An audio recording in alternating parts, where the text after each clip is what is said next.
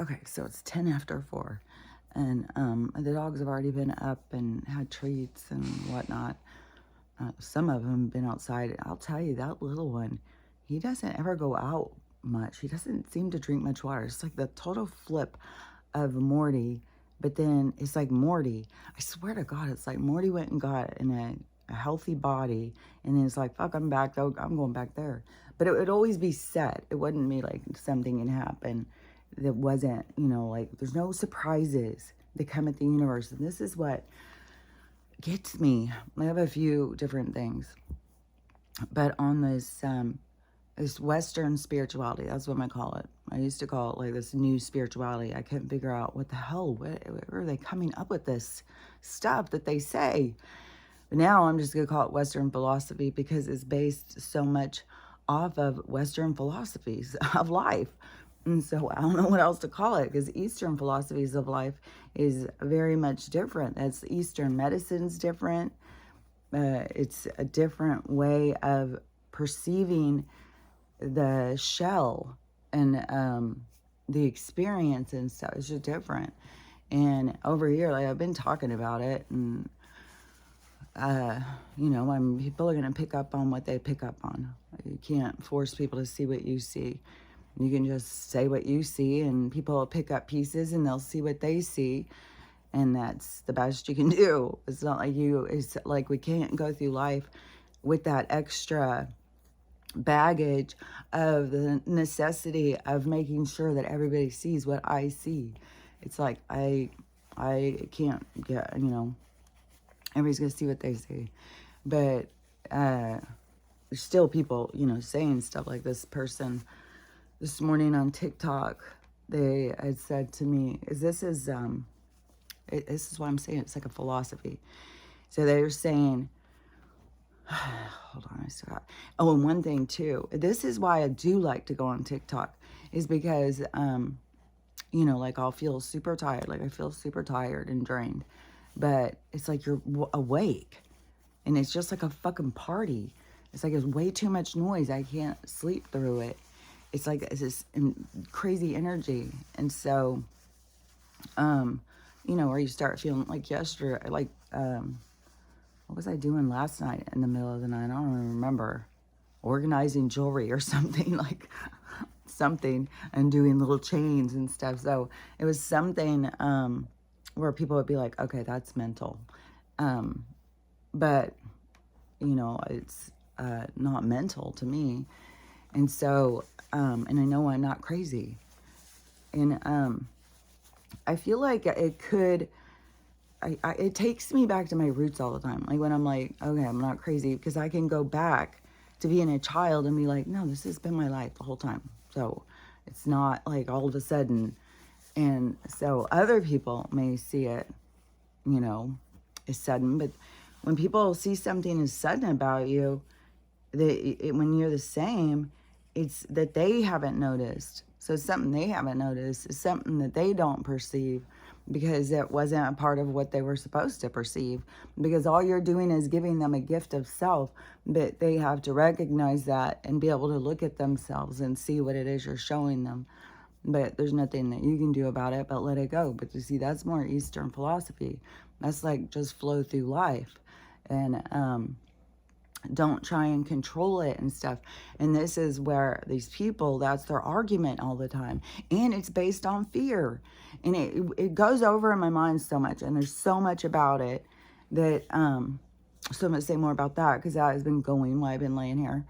And the captain, what is it? No, Lieutenant Dan. Lieutenant Dan and Mama Tot have taken over the whole thing. But I knew that this is the kind of stuff that was going to be playing out.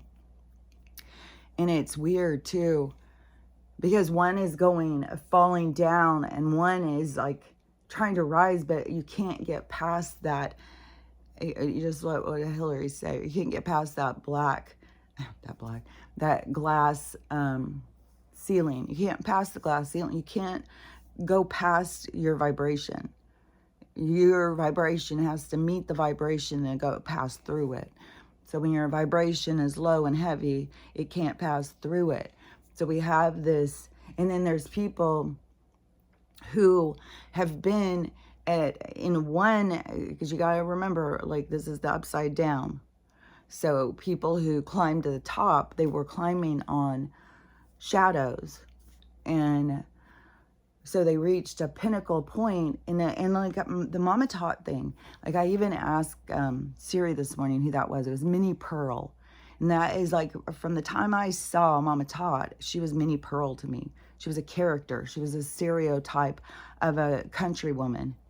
And she fed off of that and played off of that. And that's just not in alignment to me. I just don't like that kind of character kind of thing. I'm way more of a authentic kind of, you know, let's get down to the nuts and bolts of shit, man. Let's talk about real shit, man. Like, so somebody who's going around being all phony and fake, especially to make money, that just like is, that really gags me. That is something that is like, ugh. It feels dirty to me. And so, you know, but that's what, you know, her angle in life, that's her role that she's playing out. And it's not from none of my business. So it doesn't matter. I don't need to sit and judge her or go tell her, you need to change. You shouldn't be doing that. Be real, be authentic. You know, it's like, that's going to play out. And that's why I said there's been a lot of different things that have been like in my radar. Like, well, let's see how this plays out. And definitely Mama Tot came in hot on my radar because she came in with that son being murdered.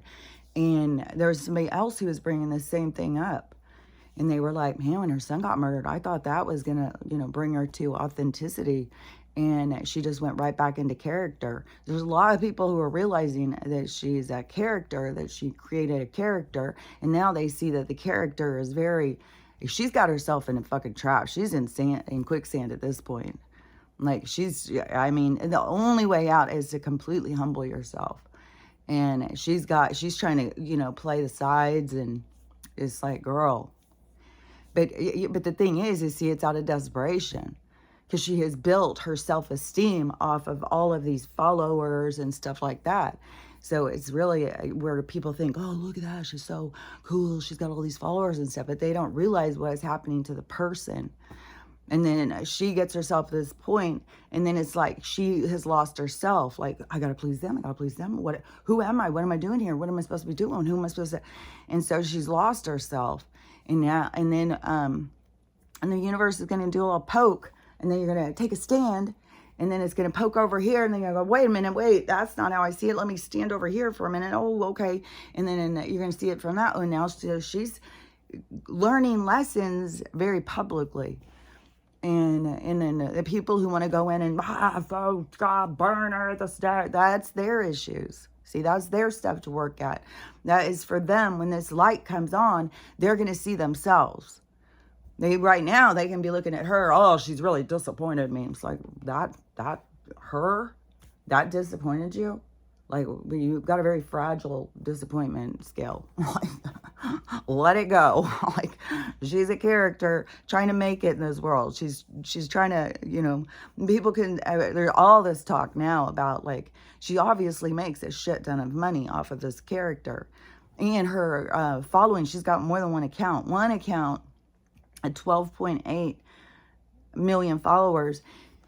And people were saying, oh, it's losing people fast. But I don't know if it is. I blocked her now just because I was so sick of fucking seeing her pop up. And she's just like, trying to play, and people are, I'm just so fucking sick of it. Just non-fucking stop. And, but you totally see what is really playing out.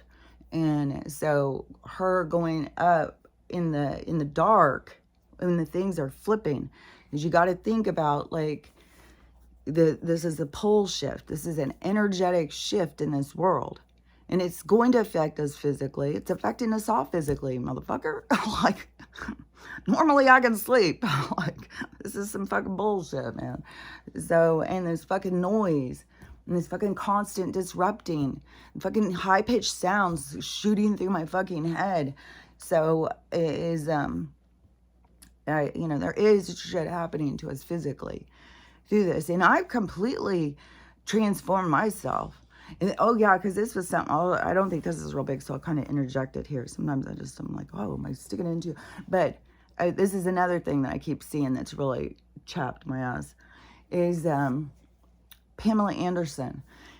And, she's going out in the world as, who she is at this time. And it's not somebody who wants to be all fake and phony with all of this stuff on her face. And it could be for a lot of reasons. I mean, she could, we don't know. We're not living inside this girl. Why she made this abrupt transformation like this. But it's where she is led to be.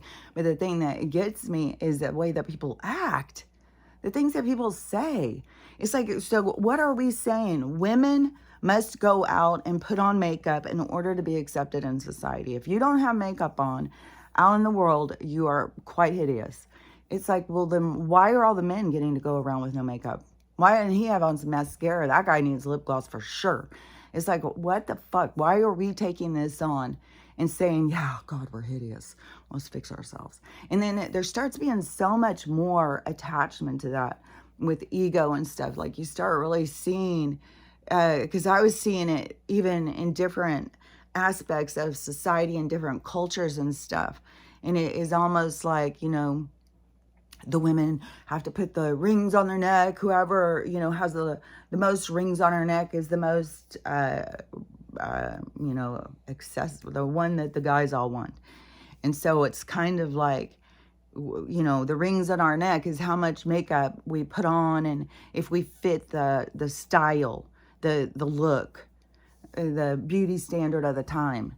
And but so we're letting them set this for us, instead of us just saying, oh yeah, well, she can look good, that's whatever. It becomes this competition where we're all going out there with this, like, it's some kind of mating ritual or something. And it is kind of weird and absurd because there's so many women who say, well, I don't put makeup on for men. I put it on for myself. So you just like spending an hour or two in there putting on makeup, spending all this money to buy all this makeup, and then for yourself. So what is it for yourself that you're getting from it? You feel good. Well, what is it that makes you feel good? Because that you get attention, because people look at you. Like, what is it? That's what you got to get down to and try and see with yourself. Because this is the phenomena that occurs. Is like, so you get these women who look good. Like, not everybody looks good in makeup.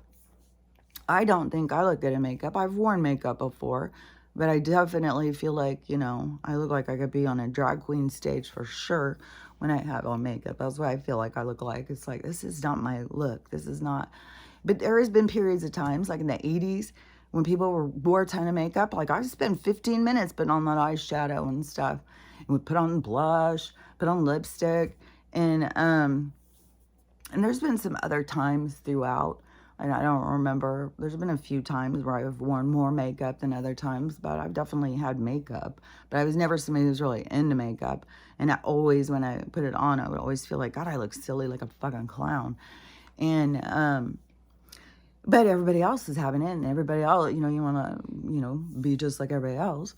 You don't want to be the one that's standing out, odd, the red, it's like a red stick in a stick full of black sticks, so we all want to be like, oh, put on the blush.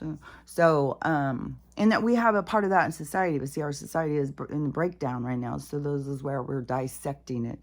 We're looking at it, we're going deeper in. It's like, oh, noticing this, noticing that. And the parts of us that become attached, that we can let go of things. And that's the part, that we need to figure out where we've hooked in to these insecurities and where we've allowed ourselves to be bossed around and controlled. And so on the makeup thing, it's crazy because you get these girls who are like, oh yeah, well, I love makeup and they look good in it and they can go around and stuff like that. But the thing is it starts becoming an anchor. First, it becomes like, it has stages. Because at first, a girl could put it on and she goes out and she gets all this attention. And it's like she feels beautiful. She feels like she's just floating. And she just feels like she's conquered the world. And then it will go through stages because it can become tedious. It depends on how you get hit. Like if you start having money issues, and all of a sudden it's like, but you choosing to buy makeup, because that is something I definitely noticed. After 2020, when everything, where people are still on all their stuff, there was people who were still like, I don't have any money to eat, but they gotta get their nails done, and it's like people become that attached to these things because it becomes a part of, like, if I don't have it, I'm gonna look hideous. And so that is the range that the people go through to get to this part. So is it really something that builds you up and makes you feel good? Or is it something that is really gives you like an effect like a chameleon, but then pretty soon if you don't have the bush in front of you, all of a sudden you feel too exposed, you feel hideous, you don't feel, and a lot of one of the things about the makeup now is that they change people's faces so dramatically. So people change their face so dramatically, and then they take off the makeup, and then they see themselves, and they're just like, they get used to seeing themselves one way and getting the attention in that. So then pretty soon their regular way is just like hideous. Whoa, why did God do this to me? And really the journey in the Eastern philosophy journey, and I'm not going to just say, because, I can't just say it in that generalized way, because it definitely 100%. I feel that there is such a motherfucking phoniness led by that fucking culture over there. Like, it is the creation of this anime girl. Like, everybody, let's all look like anime. Just go look at their motherfucking Korean cheerleaders, man. I love them, but there's a definite look. It's definitely this baby doll look. And then you go back to the geisha and stuff. It's like a whole fucking fetish, man.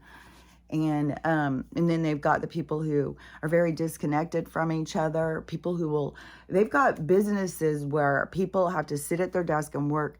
They only have a cot. They can lay down and take a nap, and then they just have to work. Like, they are motherfucking slaves. And they have lost themselves. They are developed into roles, into performers, into, like, it's like their culture sets up their who they can play. Like, it's heavy on the anime girls. Like, I don't even know, because I haven't been there, and I'm sure there's some girls that are just like regular, and they probably feel like they're hideous. Oh, I'm so hideous, don't even look at me, I don't have the look. And it's very culture driven. I've seen some of these Oriental different girls on social media talking about, like, in their culture certain things are hideous. Like, and there's certain things about, like, their eyes. Like, they all go and get stuff injected because they don't want to have that flattened eye and stuff, which I think all these different cultures with their unique look is what is cool. It's like all these different ones have a unique look. And see, that's why I'm saying it's like all these different alien creatures, because that's what we really are. But even the ones that are here, you got to remember, like, we're all still mutts.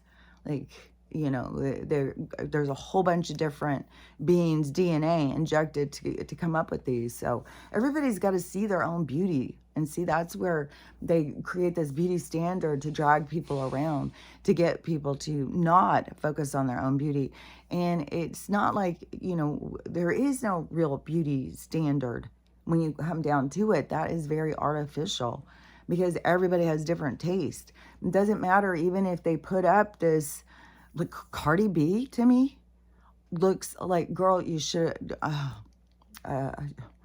she looked cute when she very first came out. Now she has turned herself into, I don't even know, because the anime isn't so robust as what they're doing with this BBL, this waist. I don't even know what this look is that they're all trying to do. It's so strange to me.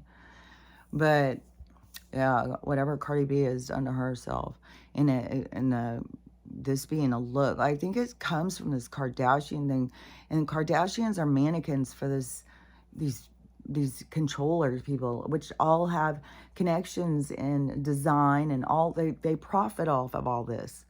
And then these are the people that they get out to push these things, and the bizarro looks, like, and just think about an evolved society. Like, I don't know, like, that's pushing into the Hunger Games. Who watched the Hunger Games and thought, yeah, that's where society would go? Like, we're all going to turn into fucking freaks and go back to that. It goes back every time when I see that. When I go into that certain group of people now, my my main reference that comes is that picture of that guy where it was like somebody had done this video saying this is the face that the Indians, like you think about like the natives of the country, the lands, and these people come over on ships. So the people who are native to the land, they're not wearing makeup and stuff. If they do, it's like clay, mud or whatever for more of a ceremonial kind of thing. But they're all like clean and more of in sync with the earth and stuff like that. And then you have these fucking people come over, they wear wigs, their hair's all falling out, it's got lice, they've got all this caked on makeup to hide their bad complexions, this fucking makeup all smeared like they've been out drinking all night, part of the powder, like it was so scary looking. It's like a scary face, and then that's who is coming to take over your land. They look like creatures. So anyways, yeah, that's like a Hunger Games when they wake up in the morning, what they look like. And that's the direction these vampires, they want to go, but where does your soul want to go? I want to go back to where the native people were and go back and live like them and be more in sync and harmony with the earth and loving myself the way I am. Not needing more. That goes with it. Yes. You see, because it is us needing more to complete ourselves is why they can we feed the beast. Why they can open their mouth, because we continue to feed it. And it's based off of our insecurities and our neediness and stuff. But when you hear this guy is this message that I got this morning, and he's like, oh my God, I was a tight wheeze right here. God, no wonder I can't. I have to take a deep breath. It's like really tight right here. So, and oh my God, I have been sneezing my motherfucking head off. Like every motherfucking time I go outside. It's just like I can't even stand it. I went out to clean up poop and meet the neighbor's boyfriend, and so I was outside chatting and cleaning up poop and stuff like that, and so out breathing that motherfucking air. And then I come in and I'm sneezing my head off, and gosh dang, that's tight. Okay, so let me think what I was saying. Okay, so this guy, I get up and he is saying, okay, so the perspective from these people, what I keep getting told is that the devil is involved, that they are using HAARP, and those of us who are awake and spiritual need to, as a spiritual battle, we need to go in and battle them so that they can't do what they are doing. And then, and see, that to me is Western philosophy. You have to control things instead of going into the harmony or, the float of life. Is that you think that life is making some mistakes. Not only that, you're entangling yourself with these other people's lessons. So all these people where the storm's supposed to blow through, and all these people are supposed to lose all this stuff because it's a part of their awakening that is going to push them in a new direction in life. And we're going to sit back and go, no, that can't happen. The universe doesn't know what it's doing. The devil is involved. Will the light and dark work together? That's something more people are going to have to understand. The yin and the yang, they aren't pushing away from each other. They're leaning into each other. They feed off of each other. And we have been heavy in the dark, and there has been an illusion that there is a devil. The devil comes in many. The devil is an energy of this toxic energy that has been placed over us. Us as souls are beyond this energy, and we come into this willingly. So many people think that this is some kind of a trap and stuff, and this comes out in their philosophy to life. And so they, and so many video after video, hating the earth. I hate it here. I hate it here. I hate it here. Yeah, this is heavy fucking energy, and it sucks. But it's not an energy that you want to be feeding. That is not going into harmony with the earth. It's almost like blaming her. And, oh, this came to me. Okay, let me see if I can see it again. Because I was like, oh, yeah. So let me see. So the people using the earth. Oh, okay, yeah, on this weapon thing. Okay, so on HARP, for instance. So these people who are that are scientists or whatever, the ones that are over the other ones, the top tier more, who own the HARP and stuff. So they are using other weather systems. So they feed off of weather systems, and then they also poison the earth in order to create their system, to make their system worse. And so they use the earth's energy against its own self. And so then we all sit here and then we start trying to battle them. Well, they're using the earth's energy. So then we're going to take the earth's energy and try and use it back against ourselves. So we're trying to stop them and push them back. So we're taking her. It's like we are all focusing on the victim and just keep punching her and punching her. And that is not living in harmony. And that is living out of fear. And so we're just sitting there pounding her. And it's like, where's the advocate for the planet? Where's the advocate for Gaia? And so it isn't, it's not the right thing for us to start using her energy. And see, this is a thing, not all people know, but there's a lot of people, probably a lot of you guys know, but there's a lot of people who don't know this kind of stuff. But the, like witches, shamans, and stuff like that know how to pull in the energy. And that's what they're doing. They're pulling in this energy. And there is, like, beings around. Like, this is where you have, like, tribes and stuff. And they'll know. And you think of them being, like, this land of the spirit of the land. And so energies are created. And so, and then also like a spirit, like a ghost of the land, and see how we're all connected and things don't just leave. And so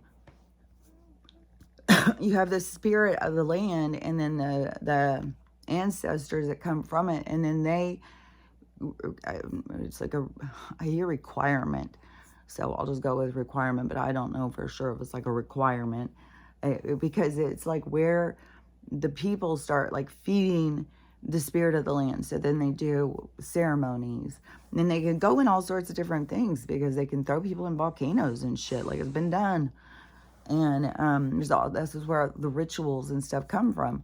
What is the requirement? I get it. The requirement of the beast that you are trying to feed, the spirit that you are claiming, that you are using its energy. So you're pulling their energy. And when you're like a witch or something, or a shaman, because where I had been in like this, where she did this ceremony, and so where she was is like, and then each element has its own thing, like water is water, earth is salt or dirt or something, air I think is feather, let's see, the earth, the water, air, fire. Oh yeah, fire is everybody would have their own ceremonies or whatever. Light a match, or you let it blow out, or whatever. Like everybody would have their own ceremonies. Like there would be certain witches or whatever, and it would be based on where they drew in the most energy. And see, this is the part of where the witches. This is this big changeover what is going on, and so. The witch thing always gets me, because there's things that you learned when you've been witches in other lives. It's been lessons the whole time about energy and stuff. And And so anyways, I mean, I don't know. I have a whole bunch of different thoughts about it because I don't think you come back and play the same part over and over. And so, but there can be people.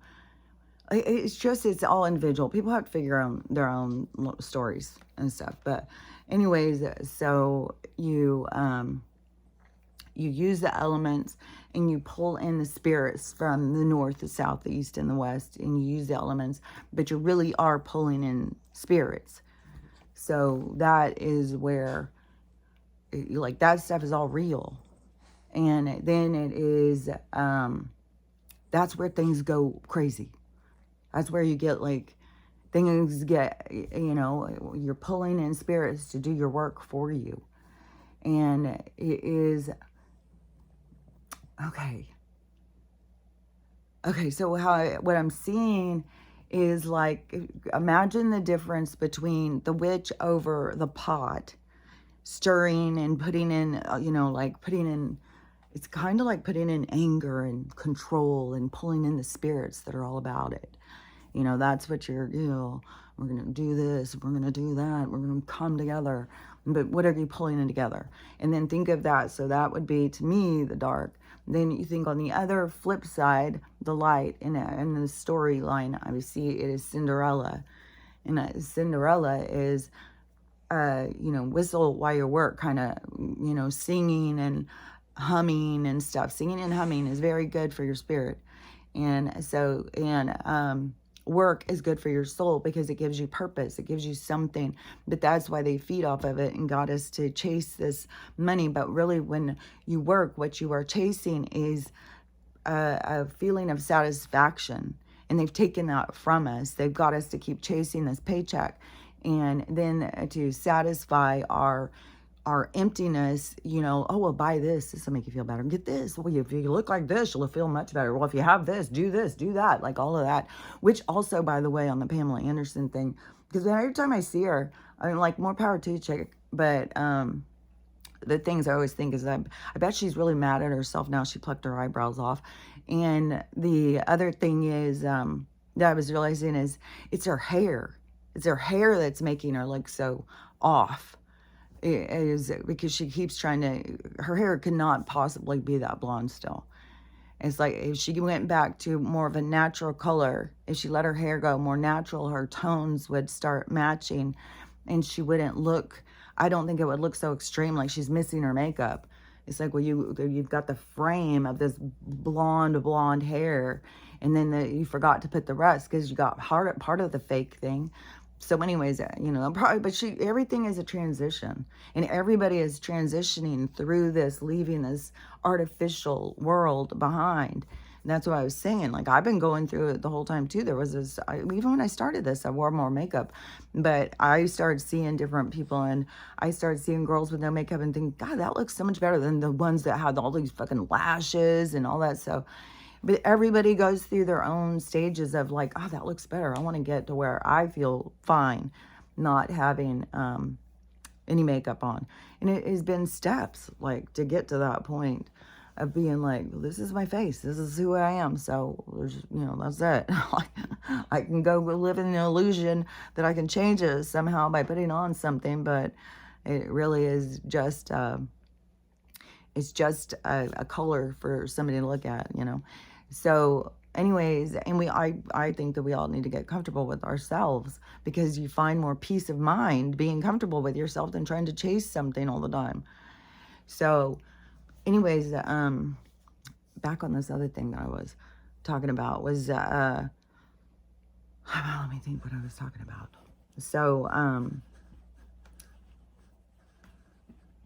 it's like Mama talk. Oh, but wait a second, because let me think of what it was, because that other word came into my mind. What was that word? So I thought it was weird when I said it, but what was I talking about? So, so the people. Okay, so the dark and the light. Okay, so yeah, because so Mama Talk going up to the top, but she went up to the top which you can keep going. Like, I'm not saying like she was at the top, but she was way high up on there on social media for somebody who started in 2020 and put a character out. And all these people jumped on board and started following her and thought she was the greatest thing in the whole wide world and whatever, started making money for her. Like, I don't know how well off she is. There's people who say that she makes a lot of money doing this. And that would be very scary when your whole life starts falling apart and you start losing it. And then plus the people build their lives up to this certain thing. Like, I found out, like, when I lost my nursing license and my job and everything, it was like I couldn't keep my house. I was like, your bills are to where you make your money, and all of a sudden if 2/3 of your money is gone, it's like, fuck, now what do you do? Because we're all up at this making it paycheck to paycheck situation. So when you have a huge loss in financial, then it has a huge effect on you. That's why we have so many people going homeless and stuff. Like, it's definitely a part of it, is because that's how fragile our society is, because it's this whole artificial thing that is built, where we're chasing our tails, really. And we are exhausting ourselves because we keep trying to fill ourselves up by buying shit and thinking that this will make me feel better. Like, I can't even tell you how many fucking young girls I've seen going in and getting all this face surgery. Like, a popular one is some eyelid lift and stuff. Like, they're going and doing all of this stuff at young ages. You don't even, geez, people. Another video I saw, this mom, her little girl, I don't know, this girl's 9 years old. I used to get mad at my daughter all the time about this. I would constantly tell her, stop, you've got to stop coloring her hair, because my one granddaughter wanted to color her hair all the time. She was always getting to color her hair, and she does have a shit ton of hair. And even if she did lose half her hair. But I had met this girl a long while ago, and she was almost bald. She barely had any hair. And she probably started talking to me about my hair or something, because I wouldn't have started talking to her about her hair. And so the conversation started being something about hair. And she said that she used to have really beautiful hair. When she was a kid, she had really black hair. And she had really blue eyes and black hair. Oh, yeah, the Cinderella. Okay, I'll be back. And so she had that black hair and blue eyes. And her mom didn't like it. She didn't like it at all. And and the little girl, and the woman said she looked exactly like Snow White. And it was very triggering to the mom or something. I don't know. But the mom wanted the little girl to have blonde hair. So she started bleaching her little girl's hair. And she would bleach her hair all the time. And now the woman is a grown-ass woman in her hair. She damaged all of her follicles. She fucked her up. And so the woman has to live, like, now from this. And if you have something like that, I would still, your body readjusts itself all the time. It heals itself. So I would be, like, at the time I met the woman, she had multiple colors of hair. Like, she had like a rainbow color of her hairs that she had left. It's like, so she was still going at it that direction, but also that was part of her programming. So that's why you got to change your programming. And then you got to go in, like, there's all sorts of, like, oils and stuff herbs and stuff you can put to feed your scalp back and heal your follicles and massage it, get blood flow in there, and really love your head and love your hair and all of that stuff, and start pouring love into it. Oh, yeah, because that was something that was coming to me too. But yeah, let me finish with the Cinderella thing before I go off again. So Cinderella, so she hums and sings and stuff, and she has a happier disposition. So the energy around her is like fairy godmother energy. The birds, the squirrels, the things that come because, she has this happy energy. So that energy comes around her. And so her going into the flow of that energy is, it's like a very positive kind of thing. So that is the difference in the trying to control the energy and to go into harmony with it. So going into harmony is not trying to control it. It's just it's like feeding into this more positive energy that feeds back into you. And then when you get into that, that's when you get into your higher timeline. Like, it was no accident that that's when, she didn't let life beat her down, and she didn't become bitter and hostile over her family situation. And she continued to be optimistic and like herself and be kind to the little animals and stuff around her.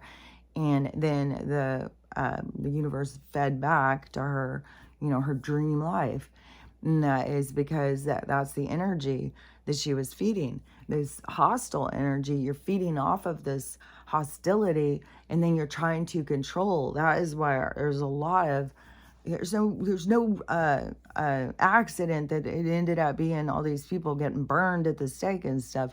It's like this, trying to control this energy. And there is when this part where people know their power, and that is, to me, is where you can lose your magic. It's like it's like, okay, I don't even know if this is out of Harry Potter, but that's my reference, because I haven't seen Harry Potter or read it or anything. But I'm seeing, like, I know my kids were really into it. So I probably have seen some of the movies, but I probably was not paying attention.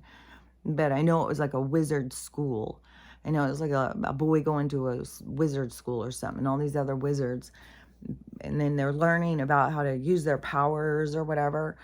But see, somebody can, because now I'm going back to that same thing with the gods and stuff, and the same thing with the arguing over, it's the spiritual people moved the fucking tornado, or the hurricane, or the God moved it, or Jesus, or the people in prayer, or whatever. Is the gods, the Poseidon was Zeus, or, because the spirits you're calling in and stuff. So anyways, so the people, so they calling in those spirits to do this work. Then I went off on this one thing. It's like I went off on a branch, and I'm trying to find my way back to the tree. What was that? I was coming from the people, the people. I say that all the time. So the situation with the people. So the people are okay. So the witches were feeding into this, and so there is a part where like a wizard starts knowing their own power, and then the power goes to their head, and then they start using the power, but using it for evil. And evil, it doesn't have to be necessarily like in the shows that they would show you. If they showed you that, it would be, because I think they have that like in Shazam or something. So now I see that. But the evil, sometimes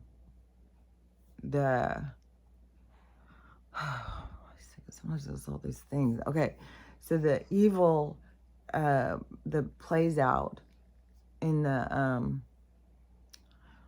so when the person becomes full of their own self, full of their own power, then they start feeling like that's the competition with the universe. Then you're not in sync. You're trying to control things.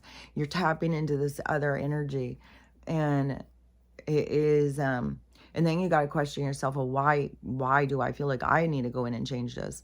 Like a lot of witch duties, at certain times was this woman loves this man, she wants this man, and this, well, do this and give him this, and he will love you forever. And it could be simple advice like, go make him a stew, use this herb, this is a good one. And it's not one that they've tasted much. And so then you put it in your stew, and the guy's like, whoa, I want more of that stew. And the more often he comes to get the stew, the more often he sits and talks to you, and the more often that you build your relationship with them. And so it can go in a natural order. It doesn't all have to be, like burn this candle and say this, throw this over your shoulder, and then he will love you. Because then doing love spells over somebody and binding them is an entanglement. It's a quantum entanglement. You are interfering with that person's energy. So you don't want to be doing that, because we've been learning through that. And that's why I say, like, some of us who have been witches and have been on this road of the magic of the universe have learned a lot of stuff throughout the thing. And you can't go with your powers and start fighting against the main power, the universe.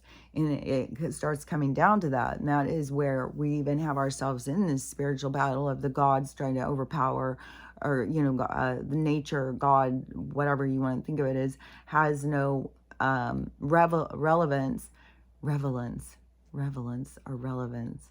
But relevance was popping in so hard. So I bet you there's something to that.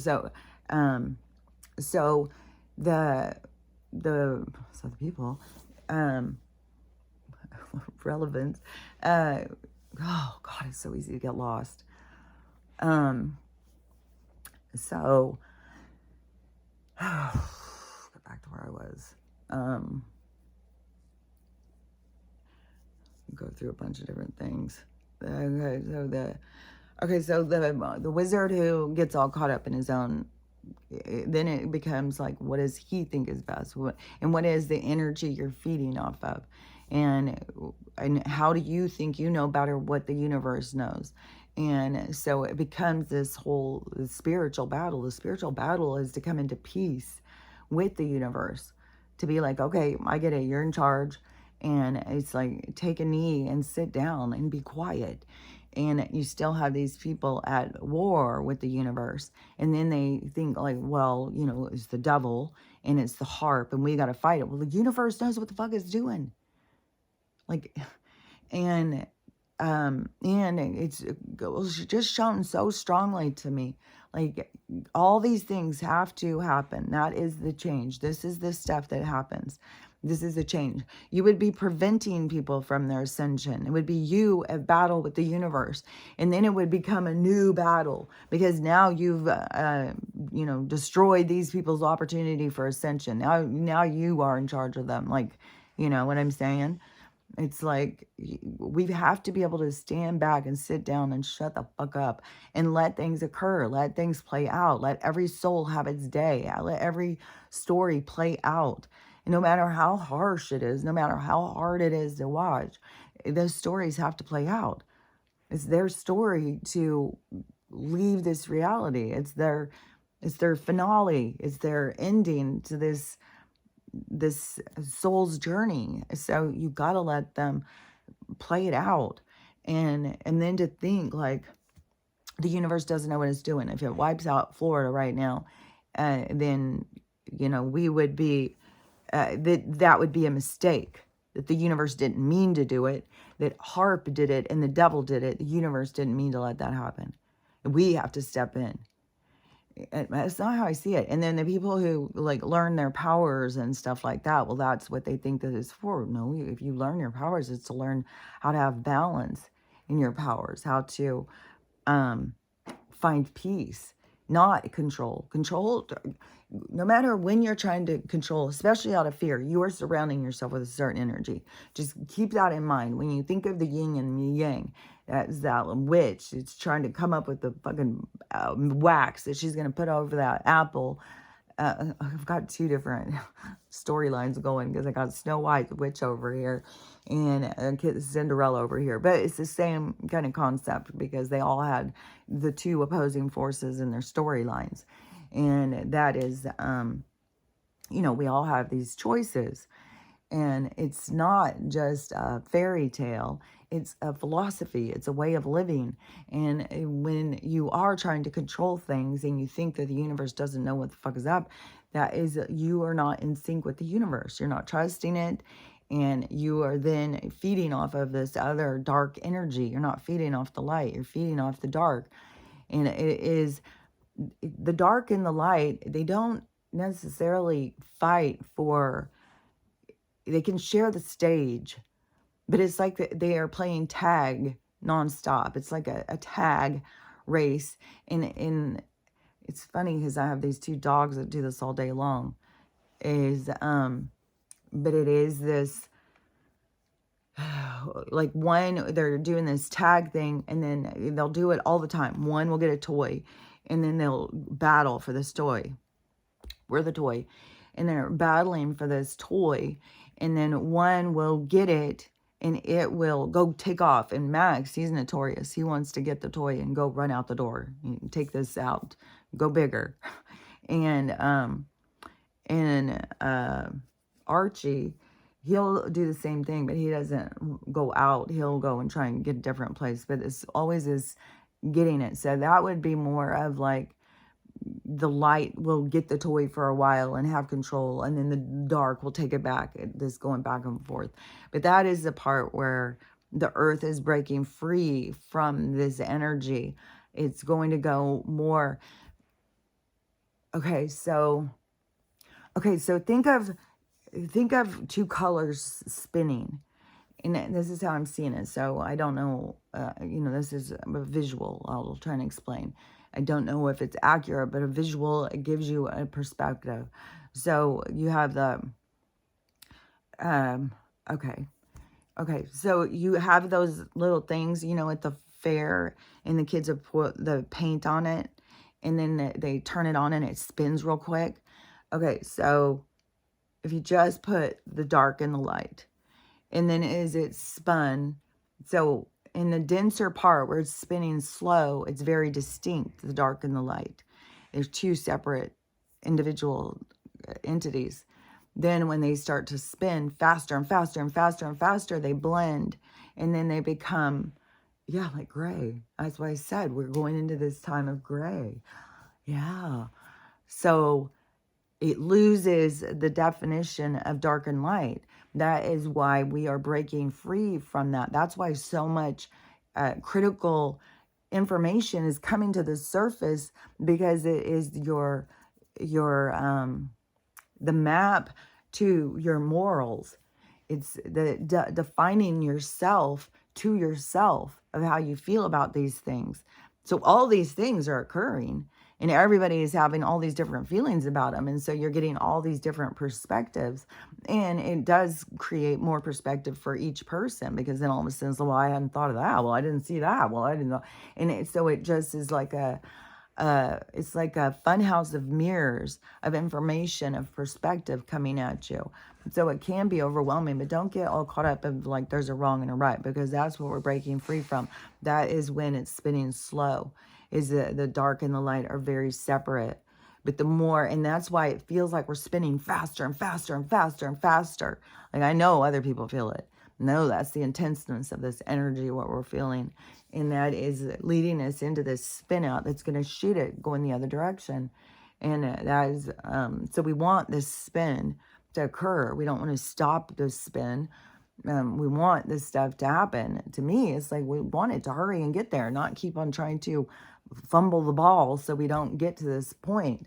We want to let things fall apart, and so we can move into putting it back together. And so the dark is very expressive over being able to see. So in this rise in society that has been so influenced in the shadows, in the dark, that is where people had to draw on that in themselves to move into the realms of success that they desired. And so they pull on these certain parts of themselves. And so that is like where Mama Todd is having to face herself now. She's got all this reflection back to her of her hypocrisy, her wishy-washiness, her phoniness, her lack of integrity and stuff like that. It's all really becoming huge in her face. It's got to be. But like I had said, these people who have these huge accounts, and it's having this really public dismantling of their character, that is it's for a part of their soul journey. Nothing is happening by accident. So I don't know. I mean, it could be like that they were involved in doing that to somebody else or something. Like everything's what goes around comes around. You go through what you put out, you will experience back. So whatever you put out in the world is going to come back to you. So that's just the way it is. And so that is, these people who were all rising, and then there was all these people who were down, who were like, oh man, that's what I want. They're so cool. But the stuff that has come out about all these influencers, all these people that rose on this phoniness, is they're all falling apart. They're all being exposed for being hypocrites, no integrity, lack of character. That's why they, come up with another character, because the lack of character that they've created in themselves, that is a part of what our society has had people. It's like crippling, but that's why it has to be so big where we have to see it. So they're really doing us all a service by doing this, but in their own soul's journey, this is very harsh reality that they're going to go through, a very stumbling pattern. But it's all things that people can overcome. You're not going to go through anything that you can't overcome. And you're going to go through things that seem like too hard to overcome, because that is the added challenge. That is what your soul really wants, is the added challenge, because it wants to grow from all this. It doesn't want to just have no benefit from the things it goes through. And what was this one? This one was, let me think if I can think of it, because it was, so people who have, okay, so think about people who don't like themselves. As all these girls are going and doing this stuff. I bet there's so much more girls that get plastic surgery than guys. So much more. I don't think there's near so many guys who feel like they're not, they may feel like, they're not good looking enough or whatever. But that would lead them into being not confident in themselves, which would make them more of a deterrent. That's what people don't see. To me, the guy who showed me this, and if he were to ever hear this, I wouldn't want him to feel bad or anything, because, what is his name? Aiden something. It's Aiden something. And he's not what somebody would say, visually attractive. Like, you wouldn't, if he was in a lineup, you wouldn't go, well, the good looking guy over there. He is, he's got a lot of features where people would be like, oh, he's not cute at all, but he's so cute. It's his character, his demeanor, and I don't know if it's a character. I think he puts out kind of like his own charm or something. And I don't know, he could have, in his career, been faced with some stuff, and his ego could have gone off, and he could be a really shady asshole guy. But definitely he was somebody where I was like, he's not what you would consider, a good looking guy, but he is so good looking. He's got such a sensuality about him or something. And so it has nothing to do with really what we look like. It's what we're putting out. And people just don't realize that. And they get so caught up in their own misery that they don't realize that's what you're putting out in the world. That's why people, turn the other way. It's not because you're hideous. It's because there's something about you that's just like, oh. And so the more that you can get out there and be like comfortable with yourself and liking yourself and chatter and have fun, then the more that people are going to like you and see your attractiveness, where you're going to start seeing your own attractiveness. It wasn't so much the makeup that got the girl the attention. It was her confidence that got her attention. The first guy that said, hey, you look good, and that could be, a guy who really likes girls in makeup. Like, so you want to please those guys, because then, go ask Mama Todd. Then when you're trying to placate to a certain group, what's going to happen? And so it is, the guys who jump on to that phoniness have an expectation, and they will expect you to be, because they're very artificially stimulated, or very stimulated by artificial visualization. And I don't know, each soul has its own depth of character, what it has, where their cutoff is. Like, there's guys who will be with a girl who, just because she looks good, and they don't like her at all. And then there's lots of girls that look good who don't have anything to like about them. Like, they don't have any character. They've just relied totally on their looks, so they don't have much to talk about. They don't have many views on things. They don't want to say things that are going to put people off. Like, everybody's got a shell to break free from.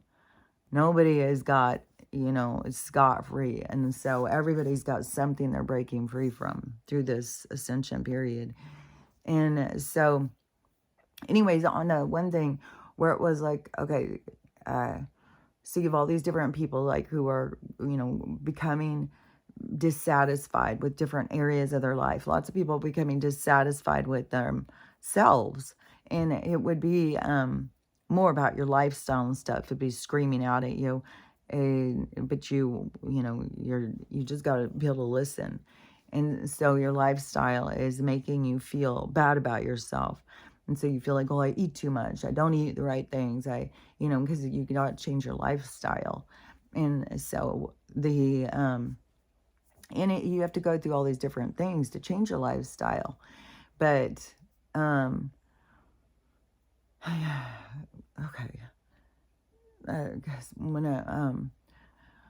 I think this was when I was having this conversation. It may have been more linked to the Pamela Anderson hair thing. I don't remember. So anyways, that's popping into my mind. So, okay, let's just say that let's just take Pamela Anderson as our subject matter. So she is throughout this period of time where she's feeling, she needs to get back to herself, her truth, who she is, wherever it was, she lost herself along the way and became Pamela Anderson, the sex doll. And so, wherever it was that she decided, that's not the character that I want to play anymore. And so she started transitioning. And, but it's a slow transition. Like, she's still got the blonde hair and stuff, but that would be very dramatic. It's going to be dramatic if she lets her hair go, because she has been, rocking that blonde do her whole time to all of us. So she changes her hair. It's going to, at first it would seem very much like, oh my gosh, she looks so much older or something. She looks so much more plain or whatever. But that's because that's what we are. Like, we are just like regular plain people, We don't have big giant lashes coming out. We don't have, like, there's some people who have these different features. We don't all have that Cara Delving's eyebrows, She has them. And there's some other girls that have so much eyebrows that they go clear across their head, and then they don't like them and they want to take those parts out. Like, we all have different things. And so, but with the hair thing, and I don't know for sure, but anyway, so if you were to this part of, you're trying to change yourself, you want to change yourself, and your hair is falling out. You hate your hair, and you tell yourself every day how much you hate your hair. You look horrible, you're hideous, your hair's falling out. So you're telling yourself this all the time. You're giving yourself these messages. Inside of you, you've got a storm that just keeps kicking you from the inside. And those are your dominoes falling. So you're high in your cortisol, your stress. And so that is going to make your system running on empty a lot more. It's going to be a lot harder on you. And so you're going to look more stressed. You're going to feel more beat down and stuff. But so if the person, then they can go in these different routes. Like, the Western route is, go to the medical establishment, ask them what to do. And so that's where you have all these doctors, handing out different prescriptions for hair stuff and pills and all that. That one doctor, he had said, just quit washing your hair. It's the chemicals in the shampoo is making your hair fall out. And then when you do the history of shampoo and find out, like, oh, this is a kind of a new thing. Like, people just started washing their hair. And even when they were first advertising it, they were trying to get us to wash our hair just once a week. Just wash your hair once a week. So people just really were not into shampooing their hair back in the day. And, but like I said, when you have clean water and you just rinse your hair and brush it, you don't need to wash it. It's our environment that is so toxic, and the toxins that we are excreting out of our body, I'm sure.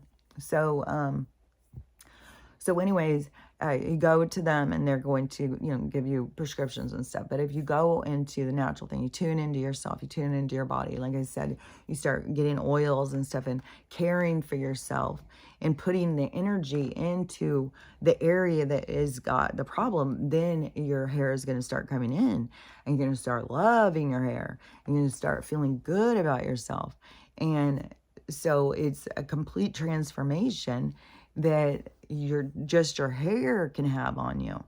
And then, you can go into your skin, you can go into different parts of your body. But all of these things are steps in a transformation to find your best version of yourself. So your hair falling out is really trying to show you where you need to put in energy, where you need to put in the work. And your hair falling out is showing you, you got mineral depletion, you've got way too many toxins in you. And so those things are what you need. You need to get the toxins out. They're causing more damage than just your hair falling out. That's just your body trying to show you. And giving love back to yourself, you'll see the transformation. See confirmation. You'll see the transformation in yourself, and you will start liking yourself. That's the thing, is that so many people don't know how to learn to love themselves. And it is a journey to learn to love yourself, and to take care of yourself, to not compare yourself. Like if that guy, Aiden, whatever his name is, if he would have been like, my nose is way too big, I'll never be an actor, I don't look like Rock Hudson, so I just may as well forget it, and didn't ever pursue because he didn't feel good enough. So see, he had to believe in himself to go into that positive timeline, to go into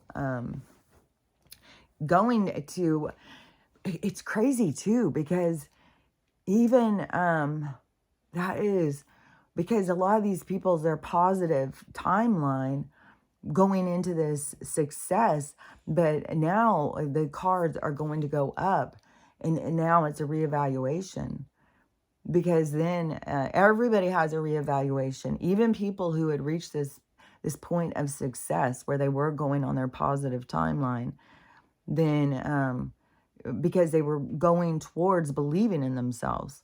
I'm not saying just, having a lot of money or something, but in his case, I mean, he could have had teachers that were, you're so talented, where he just really believed in himself. And, but it's just, when you just take that person, like that face, and you put that face on 10 different guys, and you put them all in different schools and have them go out into the world, you're not going to have them all go out and feel good about themselves and go become successful actors that girls lust after. And so it is, it's the believing in himself.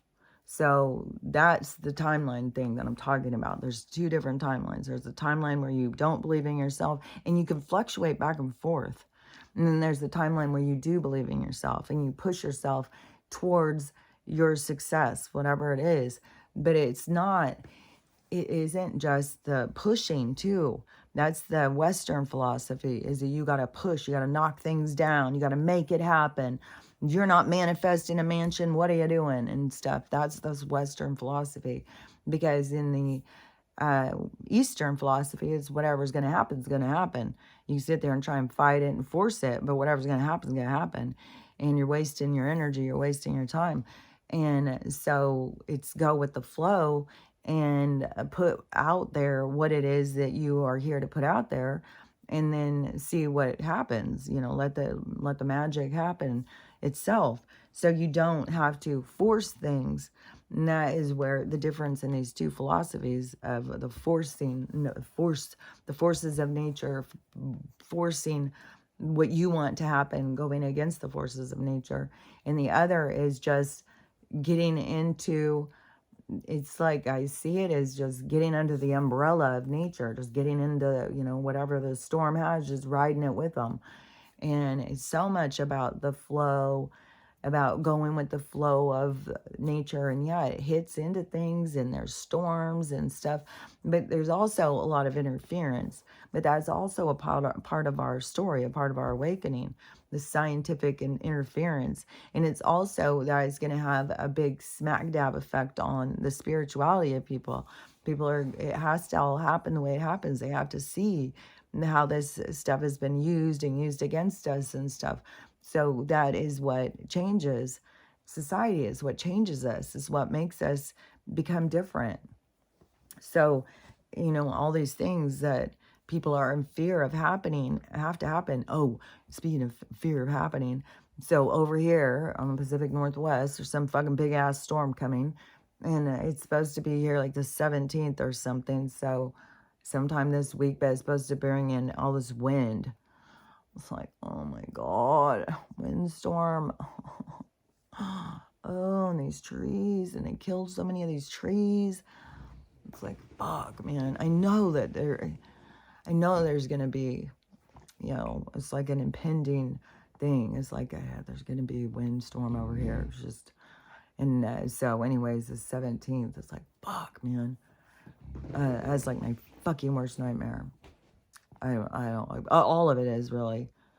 I mean, wind, gusts. I'm telling you, the 10 miles an hour. I've gone in and looked it up so many times where it's like, fuck, this wind is fucking intense. And these big trees, and I'll go look it up and be 10 miles an hour and be like, oh my God, what is going to happen when it's 25 or 50 miles an hour? And they've had it where it's 100.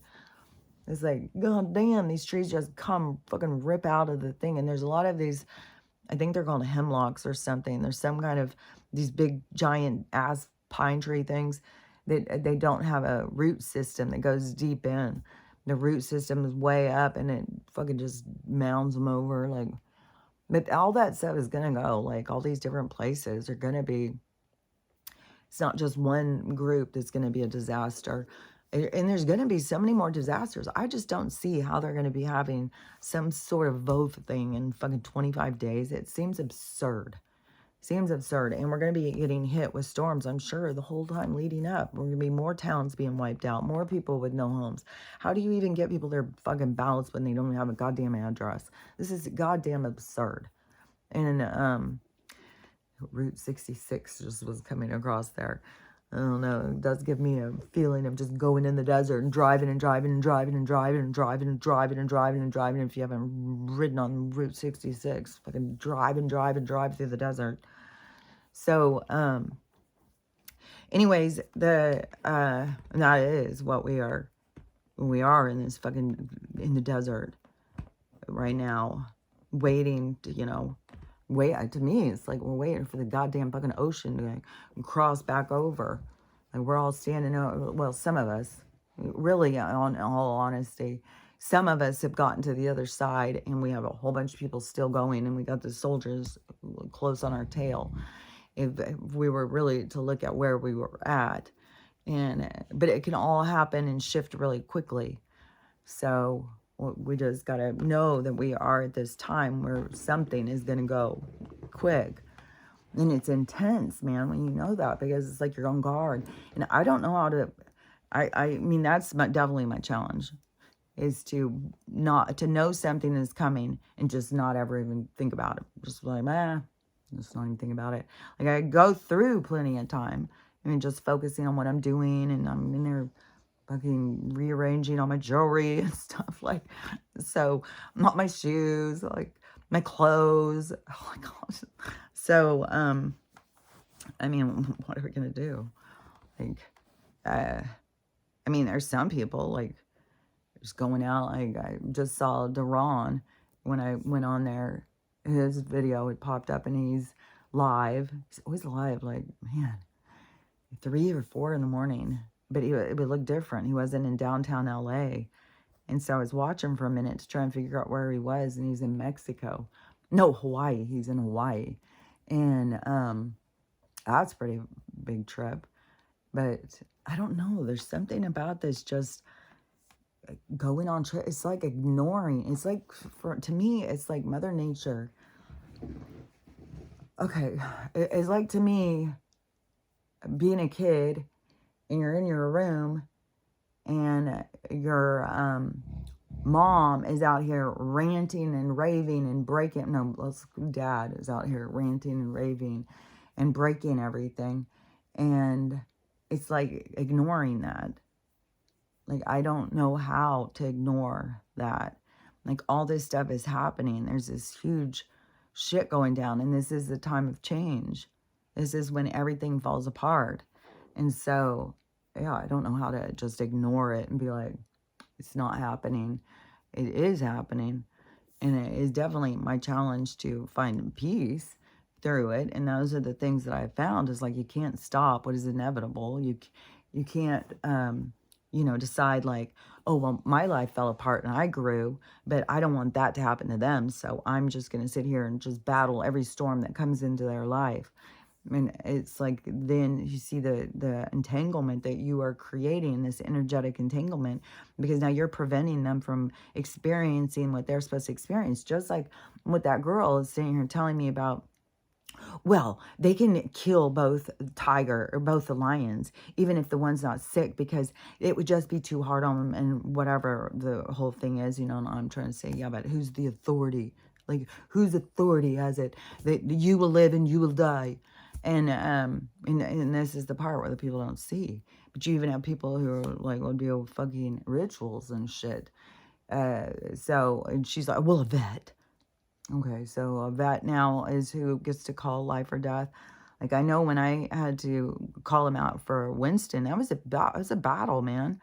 It was a battle for a lot of us to call the number, call the card on our dogs when they start getting sick.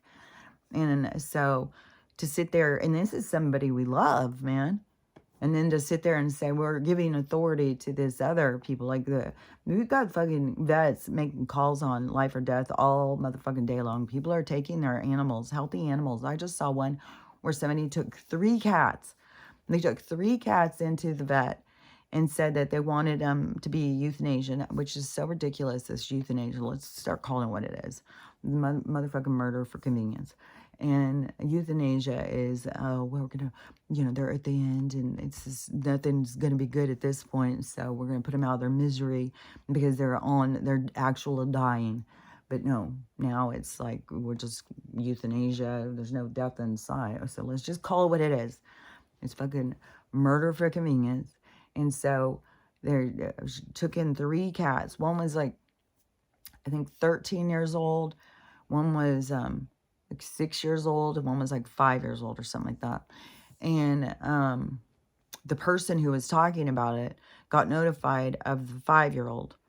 So they said that these people are moving, and they brought their cats in to be euthanasiaed because they had heard that that's too hard on cats to move.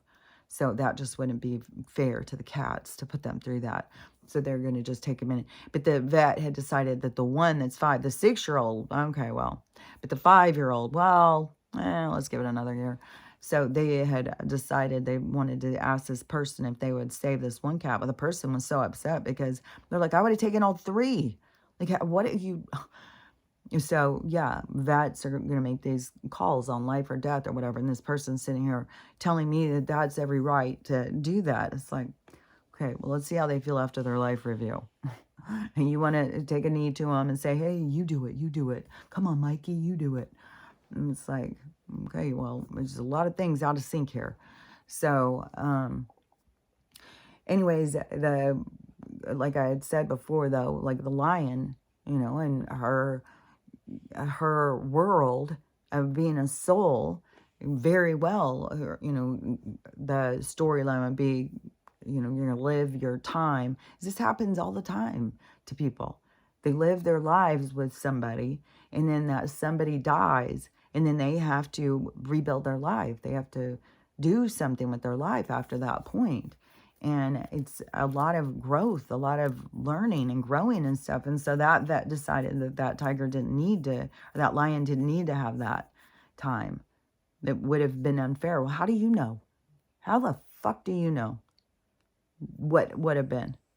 Like, I know, like, I feel this other way when it comes to, like, the geese, People going in and killing the geese to eat them and stuff like that. It's like, well, if you're going to go in and kill one of the geese, you may as well kill the other one, because the other one will just stand there. It will stand there. It won't eat. It won't do anything until it dies. And maybe that's what they knew about the lion. I don't know. I'm not there. It's, I have no idea. All I can say is that in general terms, that there is nobody who should be calling anyone else's car to offer life or death. And nobody knows what the stories are, what someone's experience is about. There is written, and it's only between, and most of the people don't even know their own storyline. So they don't even know what they're here learning about, what they're here trying to figure out about. Like, you have to look at that stuff. You have to pay attention to the patterns in your life, the things that keep coming at you. And you have to be open to looking in different directions and seeing things. What was that one? It was something this morning I was seeing. And it was like, because it is so much like, one of us sees something, and then it is 100th monkey. One of us sees something and it just starts rippling through to everybody else. So that is how the awakening works. And it's pressure that people feel inside of themselves. Like that's how it starts being in the beginning. So it's not just automatically just where people have to be awake and know, oh, the government's corrupt and all of this stuff. That isn't just what the awakening is. People want to keep thinking that. No, this is about a conscious awareness. You're awake in the world. You are thinking for yourself. You are perceiving what is happening and making rational decisions, in the not just on autopilot. So being awake is being awake, is being up and not being in a dream state. But people want to be like, before it was woke, like before we used to say woke, well, I woke up. But then they started taking that, making woke was all blue liberal agenda stuff. And if you were woke, you were into the liberal agenda. It was like, so they took that. Then it was, well, then you're awake, because you're awake. You woke up. So you had to start being awake. And then it started being awake only is if you can see through all the government, all of the propaganda, all the bullshit and stuff like that. But really awake for your soul is when your soul starts to question things. And it could be anything. Like, why am I getting it? Why am I living like this? Why do I live here? Why do I brush my hair in the morning? Why do I brush my teeth? And it could be anything. Why do I eat eggs in the morning? Whatever it is that people start questioning their own routines, their own behaviors, that's when they're waking up. That is when they're starting to look at themselves and realize, like, what am I doing? Why am I doing this? What the fuck? And that is the engagement into yourself. And then it can go in all these different directions. Not everybody just goes straight into, government conspiracy. That's only some of us. Like, I have a government conspiracy way before any of this shit. I have a government conspiracy since I was a kid. So it wasn't like I just woke up and was like, oh, guess what? Like, I've been doing this the whole fucking time. I was always saying shit when I was a kid. Well, what about this? Well, the government's doing this. Well, why do they decide what to do with our taxes? Why do we pay taxes? Like, all of that kind of stuff. And so, and there was a lot going on when I was growing up. There was all this shit with Gaddafi. We had gas lines. We had Vietnam. We had, there was a lot of stuff to question. And, but a lot of people don't want to question it. So anyways, I've been into that thing for a long time. That's not just the awakened thing. It is the awakened thing is when your soul starts questioning, what the fuck am I doing? What am I doing, man? And then you start making rational decisions for yourself, where you are being more determined in what you are doing. And that is when you can start shifting into a timeline, into a determination, taking yourself on this quest of seeing where am I headed? If I do this? And for me, it was the pressure from the universe of the guidance of telling me what to do. So it's like, okay, well, I'll do it. Let's see what happens. And so that is, where you go and you see where it leads you. So it's not, um, I feel like it's like more vague because people think so much about like when you are going in a direction that you need to force it. You need to force doors open. You need to push your way through, get to the top. But that isn't what you want to do. And then when you do that stuff, it does lead you to, it's a very dark atmosphere. And when you are going at the universe through the light, then you just ride the wave. You let them take you where you're going. And a lot of it is being able to be able to, I don't even know that word, but kind of maneuver through the different energies that are coming at you. Because then there is like insecurities. There is like, well, you're not even doing this. If you want that, you better do this. It's like, well, that's not what I feel motivated to do. I feel motivated to just do this. And so it's following your own inner motivation, your own inner guidance. And so you do have these challenges of other people's opinions, of what makes sense, of believing in yourself. There's a whole bunch of things, and those are your things that you learn on the way. That's why I said, even when you go on your best timeline, that is what is so motherfucking absurd with these people.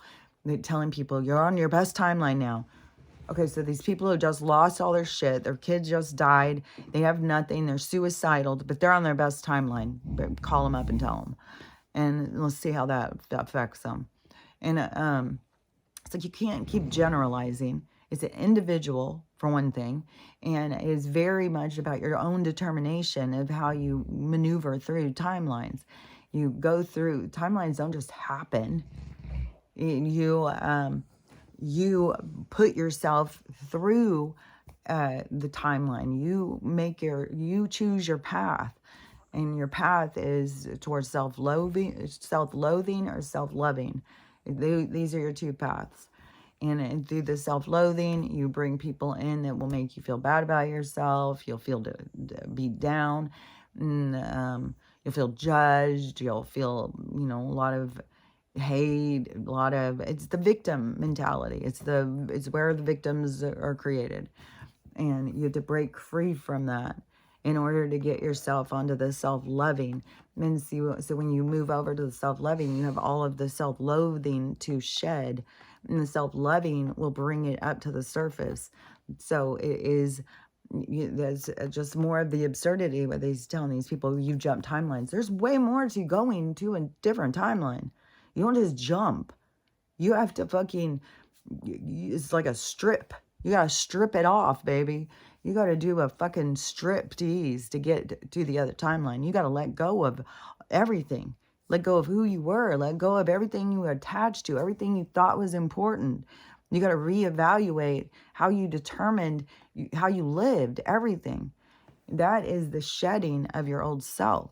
And then you got to rebuild your new self. So I'm sitting there saying, oh, you jumped timelines. Oh, it was effortless. You didn't have to do a damn thing. Now you're on your best one. Like some of this stuff is so motherfucking absurd. It's embarrassing, man. It's like, I don't know. To me, there is going to be people who are going to find some of this stuff is the same thing as like, where they bring up these videos of people, what they said, 10, 20 years ago. It's like, oh, is that what I said? Oh, is that what I thought? It's going to be the same thing.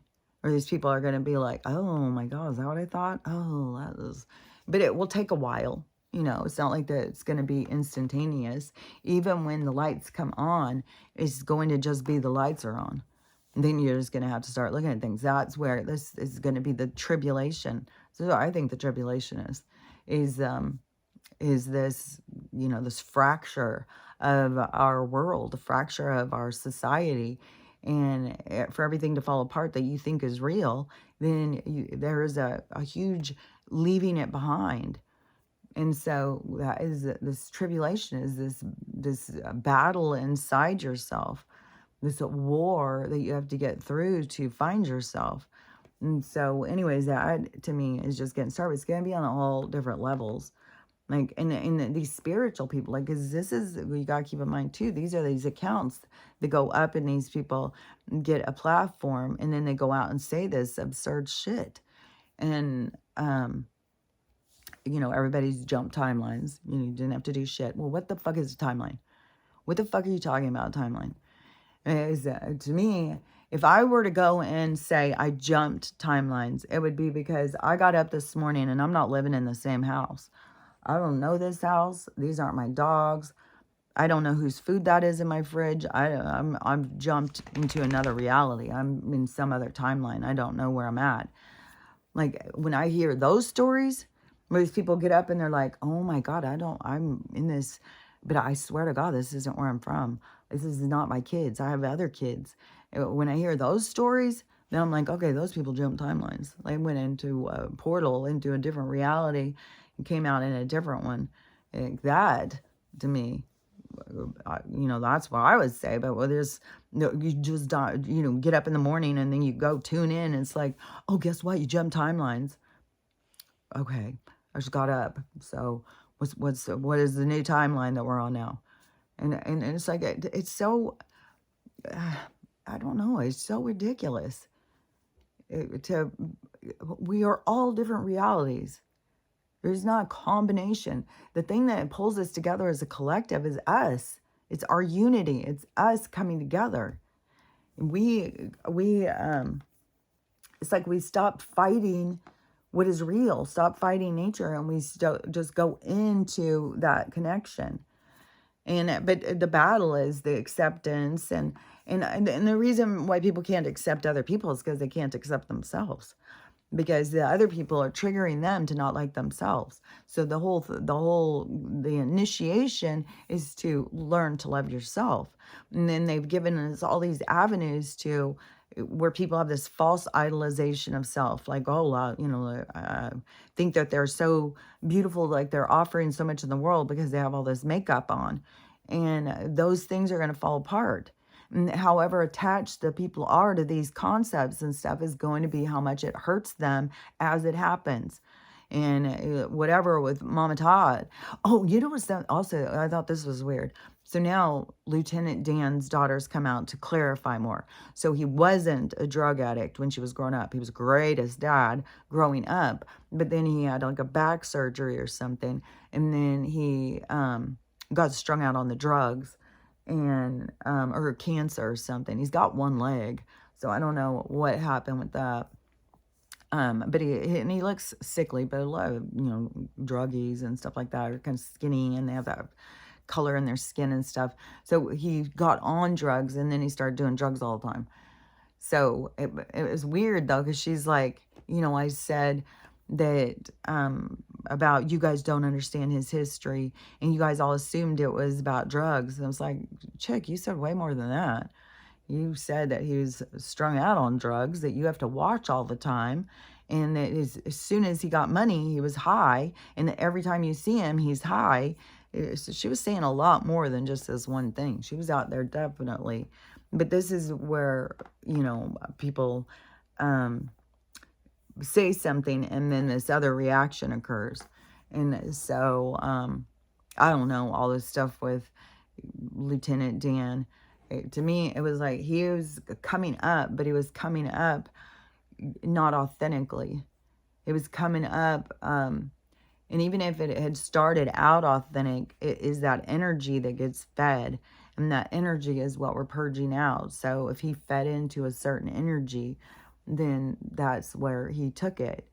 And so there can be people who are coming up at this time, and if they are authentic and truthful and stuff, then they'll go right through that glass ceiling and they'll keep going into realms of success.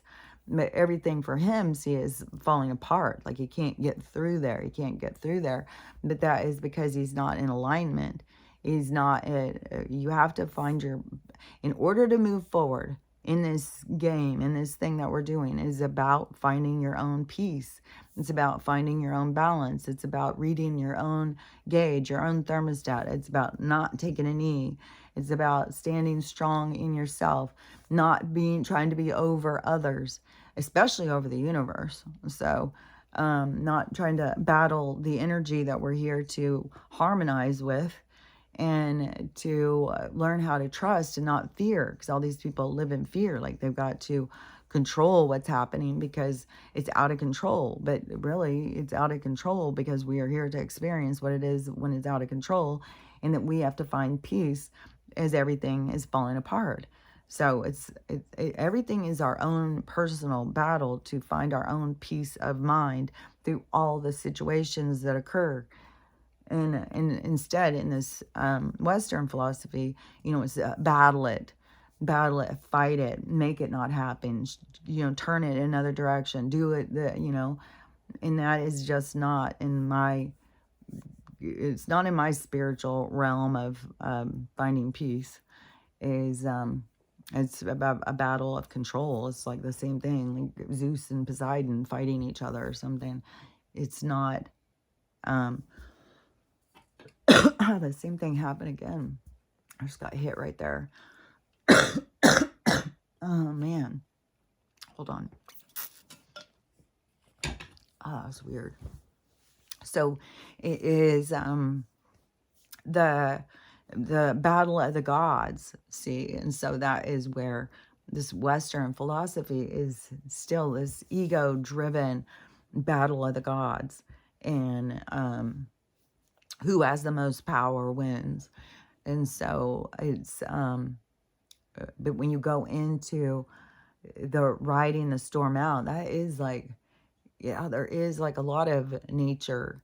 The storm goes through, nature knows what to do naturally and goes and takes cover and then comes out. Just like that one baby that rode out that fucking hurricane in that ditch and lived. There's all sorts of animals and stuff that ride this shit out. So that's what we are getting. That's the harmonious sides of ourself that we can get into, instead of, it's not like the ducks or whatever who go out and stop the storm. It's like they have to take what is dealt to them, but we are at this point of like, well, we don't have to. But to me, it's like, well, I'd rather go in with the ducks and be like, okay, let's ride this out together.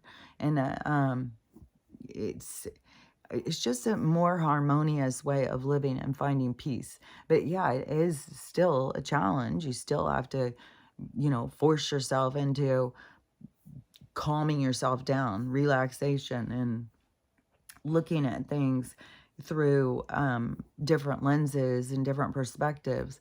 And that is the part where you think of affirmations, meditation, reflection, all of these different avenues that you can use to like confirm yourself, to find yourself, to feel at peace with yourself. And that's, to me, is the good thing about the social media. Just like being able to go on and see, like, all these other people are like, what are we all up for? And I guess there was some big comet or something that went across the sky too. So there's like this giant energy. And like I'm telling you, it is so much like our world was this black and white. It was so heavy in the black. Well, okay. It was so black and white, but the reason it was so heavy in the dark, it was because everybody was hiding themselves. Everybody was hiding in the dark. So everybody was too scared to come into the light. And the light was very, put people off, made them feel bad about themselves, like they're not good enough. So a lot of people were like, not the light, turn away, and stay in the dark. And the dark became so heavily influenced by, fetish, and people were feeding all of this dark energy for a long time. And then, but see, now the light is going to come on, and it's going to be nothing they can do about it. And that is, this universe has also made it to where everybody's like open and raw, and it's going to have this huge effect. And so anyways, but that is what this is really all about, is this part of this awakening, of this getting into following your own path. And like I said, when I say that, though, I always feel like I've got to do this disclosure, but it's not a path that you need to go pounding on doors. It's a path of is a path. It's a path of peace. It's a path of like a choice. It's a, like, I'm going in the way of loving myself and letting the earth, letting the universe bring to me what is mine. And just, I'm going to sit back and let the universe bring me what is mine. And I'm going to be out there putting out love, putting out joy, and stuff like that. I feel like, you know, there's all these people that are still chasing something and snubbing the universe and laughing at it, trying to control it. Like, there's still so much of that in man that is still purging out. So in this spin, these things that are coming out in the people, but like I said, it's spinning faster and faster and faster and faster and faster. So the more you try and stay defined into those black and white, the more uncomfortable you're going to become, because everything has to merge into this pattern of gray, of this in it, and everything becomes a pattern. That's the thing. Everything has a pattern at play. So everything creates its own pattern. And but anyways, but that's where we're at, is this part where we're spinning faster and faster and faster and faster. And so okay, so I would say it's not so much of where people say like, oh, your body's changing into this crystalline body and stuff like that. I would say what you're trying to get more comfortable is how fast things are spinning. Like, when a higher vibration, the vibration, as it increases, it spins faster. So that's what you're trying to get comfortable in, of the movement of the energy. And so that is where people say, well, ascension symptoms, I'm having this, I'm having that. Everything of your symptoms or ascension symptoms, I would say, is linked to something that you need to heal or let go of. Because like I had said, that so much about your healing is letting go of things, and you start feeling like you're just floating. You're just floating in life. Everything is like, no big deal, man. Fuck, who cares? And then, so you become very floaty. But now it's like, yeah, there was a period of time where it was just like floating. But then you see things when you're floating that other people don't see, and you're telling them what you see, and then they all think you're crazy. So that kind of brings you down a little bit. And it's like, but wait a minute, I can see it. And then, so you start having this battle of them pulling you back down, of like, that's not real, but you keep going back up.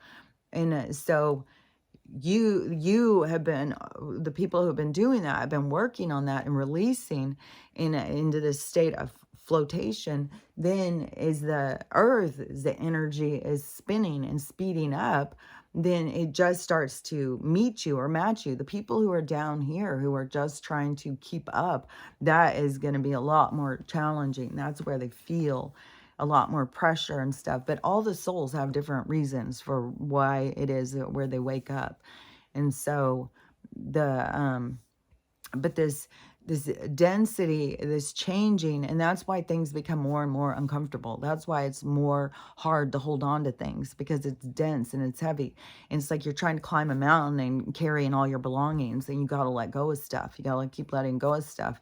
And the more you let go of, the more easy it is to ride this this energetic wave. Because to me, it's intense still. Like, it's very much like you feel so awake, but you feel tired, but it's very noisy. It's intense, man. And you have to me, you have to be willing to look at yourself, and to question yourself, and to give yourself grace and acceptance too. And so, anyways, as my rant, oh, I've been talking for a long time. So as my rant for the day, I think if I finished saying the stuff I was going to say, I don't know. But I think I said enough to give you something to chew on, to give you something to think about. And that's all I'm trying to do. I'm not trying to direct your thoughts and make you see what I see. And you have to be, you know, my following. It is, all I want to do is give people something to think about, something to chew on, something to open their mind, to get them to think about things in a new way. So, but I do know what is important here is learn how to love yourself, love everyone, and how to have a loving day, because it's up to you. So I'll talk to you tomorrow. Bye.